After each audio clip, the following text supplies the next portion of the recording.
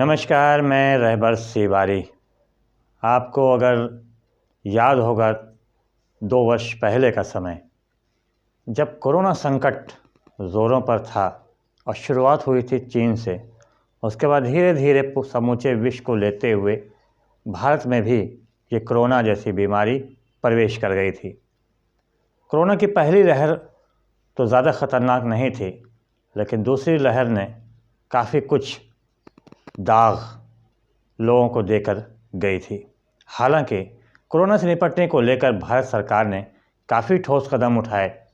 यहाँ तक कि टीकाकरण अभियान को काफ़ी तेज़ किया। जगह जगह शहरी क्षेत्रों में ही नहीं बल्कि ग्रामीण क्षेत्रों में भी जगह जगह टीकाकरण अभियान चलाया, शिविर लगाया गया और यह अभियान अभी भी जारी है। भारत की सतर्कता को देखते ही और इसके अलावा जो अन्य व्यवस्थाएं की गई कोरोना से लड़ने को लेकर, इसमें काफ़ी सफलता मिली और समूचा विश्व ये देखता रह गया कि भारत ने किस प्रकार से कोरोना से जंग जीती थी। लेकिन अब एक बार फिर से कोरोना तेज़ी के साथ अपना पांव पसार रहा है। चीन में भयानक स्थिति कोरोना को लेकर इस समय है। कई लाख लोग कोरोना से ग्रसित हो चुके हैं और अगर सूत्रों की माने तो 50 से 60 हज़ार की मौत भी हो चुकी है। ये कोरोना वायरस चीन से निकलकर अब अन्य देशों की तरफ बढ़ना शुरू कर रहा है।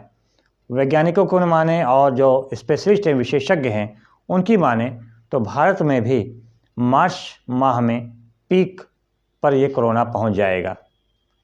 हालांकि ये भी कहा जा रहा है कि जो भयावह स्थिति पिछले वर्षों में कोरोना को काल में हुई थी, वो भयावह स्थिति इस बार नहीं होगी। लेकिन फिर भी इससे निपटने के लिए भारत सरकार ने अभी से ही ठोस कदम उठाने शुरू कर दिए गए हैं। उत्तर प्रदेश में भी अलर्ट जारी कर दिया गया है।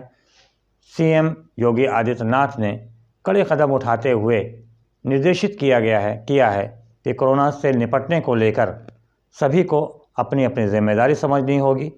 उप मुख्यमंत्री ब्रजेश पाठक ने सभी सीएमओ को निर्देशित किया कि कोरोना से निपटने को लेकर सभी सरकारी अस्पतालों में समुचित व्यवस्था किया जाए। मास्क, पीपीई किट की समुचित व्यवस्था समय रहते पूरी कर लिया जाए। इसमें किसी भी प्रकार की कोई लापरवाही न बरती जाए। यहाँ तक कि ये भी निर्देशित किया है कि यदि कोई कोरोना से ग्रसित होता है, उसके समुचित इलाज के लिए बेहतरीन और बेहतर व्यवस्था किया जाए। केंद्र सरकार ने जो अलर्ट जारी किया, उनके अनुसार जो एयरपोर्ट पे जो यात्री आ रहे हैं, उनकी बेहतर ढंग से, समुचित ढंग से उनकी जांच की जाए और यदि किसी में भी कोरोना के लक्षण पाए जाएं तो उनके मौके पर ही इलाज उनका कराया जाए। बहरहाल कोरोना संकट से निपटने को लेकर सिर्फ जिम्मेदारी केंद्र या प्रदेश सरकारों की ही नहीं है, बल्कि आम नागरिकों की भी है कि कोरोना काल में जो पिछला कोरोना काल था, जिस प्रकार से उन्होंने एहतियात बरता, उसी तरह के एहतियात अब मौजूदा समय में बरतना होगा। मास्क का प्रयोग करना होगा। इसके अलावा समय समय पर हाथ अपने को धोते रहना होगा, सैनिटाइज करते रहना होगा। जागरूकता के आधार पर ही कोरोना संकट को हम रोक सकते हैं, अन्यथा हम दोबारा पिछली भयावह स्थिति पैदा न होने पाए, इसके लिए हम सभी को मिलकर केंद्र व प्रदेश सरकार के साथ हमें खड़ा होना होगा, सहयोग करना होगा, ताकि कोरोना काल आगे ना हो या कोरोना संकट दोबारा उसकी भयावह स्थिति का सामना हम सबको ना करने पड़े। दूसरी खबर की तरफ हम चलते हैं, जो कि निकाय चुनाव के लेकर है। आज सभी की निगाहें टिकी हुई थी हाई कोर्ट की तरफ। सभी के दिल धड़क रहे थे तेज़ी के साथ कि क्या वहाँ से परिणाम निकलकर सामने बाहर आता है, कि क्या कोई आज कोर्ट फैसला सुना देगी और अधिसूचना आने वाले 1-2 दिनों में जारी होगी। इसको लेकर सभी लालायित थे ये देखने के लिए। शाम तक सभी की निगाहें लगी हुई थी हाई कोर्ट की तरफ और फ़ोन घंघना रहे थे पत्रकारों के कि आखिर क्या रिपोर्ट है हाई कोर्ट की। बहरहाल शाम होते होते ये सामने आ गया कि हाई कोर्ट में आज भी कोई फ़ैसला नहीं हो सका। सुनवाई जारी है और एक बार फिर से नई डेट दे दी गई है 22 दिसंबर की, मतलब गुरुवार 22 दिसंबर यानी कल की, कि वहाँ फिर से सुनवाई होगी, बहस होगी। हालांकि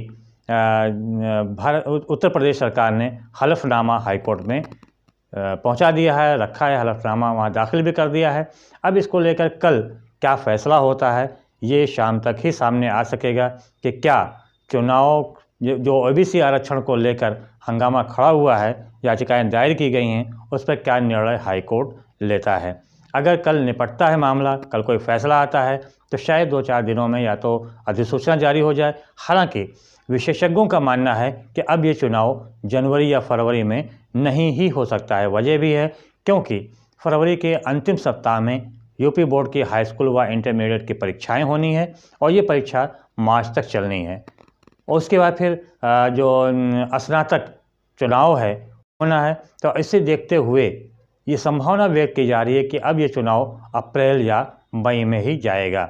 यदि अप्रैल व मई में जाता है तो इसका सीधा असर उन दावेदारों को पड़ेगा जो पिछले 6 महीने से लगातार चुनाव प्रचार में लगे हुए हैं। तो जाहिर सी बात है, अगर ये 3-4 महीना आगे खिंचता है तो उनका खर्च बढ़ जाएगा।